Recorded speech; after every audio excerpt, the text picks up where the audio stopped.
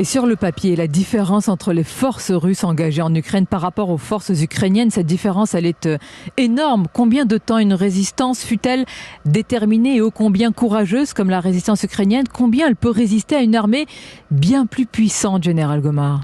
Alors ce que l'on peut voir et qui est assez intéressant, c'est que je pense que Vladimir Poutine aura réussi à créer une nation ukrainienne et à créer un esprit patriotique ukrainien.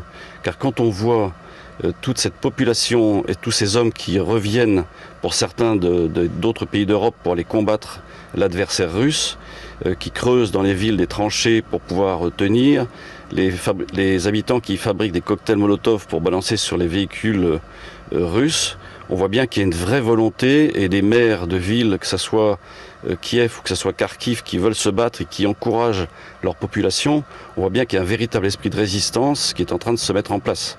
Alors bien sûr, pour une population civile sans armes, c'est toujours difficile, mais combattre en ville pour une armée, pour un assaillant, est extrêmement compliqué. Soit on assure le siège de la ville, c'est-à-dire en affamant la ville et on voit qu'il y a déjà des coupures d'eau, en détruisant la tour de télévision, donc en empêchant la diffusion d'images de télévision, j'allais dire, au profit de la population ukrainienne. Petit à petit, c'est une espèce de siège qui se met en place. Ensuite, le vrai danger pour ces villes, c'est une destruction massive type Grozny, type ce qu'on a vu à Mossoul. La bataille de Mossoul, par exemple, qui a eu lieu encore assez récemment, les attaquants irakiens contre les djihadistes de l'État islamique ont mis plus de 8 mois pour arriver à bout de la résistance dans Mossoul.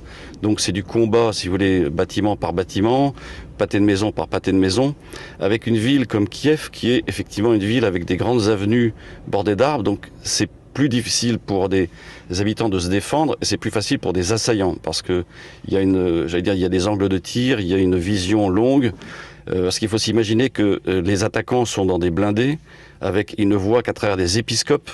Et dans cet épiscope d'un char, pour avoir été moi-même tankiste, on voit finalement bien, mais on voit pas tout. Et il y a des angles morts, ce qui permet effectivement aux habitants de pouvoir résister, de pouvoir lancer des cocktails Molotov sur ces blindés, et ensuite ça prend feu. Et on voit bien toutes ces colonnes de véhicules russes qui ont été détruites, ces colonnes détruites, avec finalement en face, ils n'ont pas beaucoup d'armes, une armée ukrainienne qui est assez faible, leurs avions de combat ont tous été détruits, ils sont environ 40 000 face à une masse de combattants russes beaucoup plus importante. Néanmoins, le moral des troupes russes semble pas au plus haut point.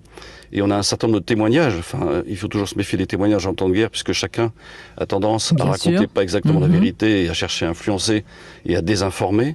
Mais néanmoins, on voit bien que certains soldats russes se demandent ce qu'ils font là et pensaient être accueillis en libérateurs, chose qui ne sont pas du tout, qui n'est pas le cas.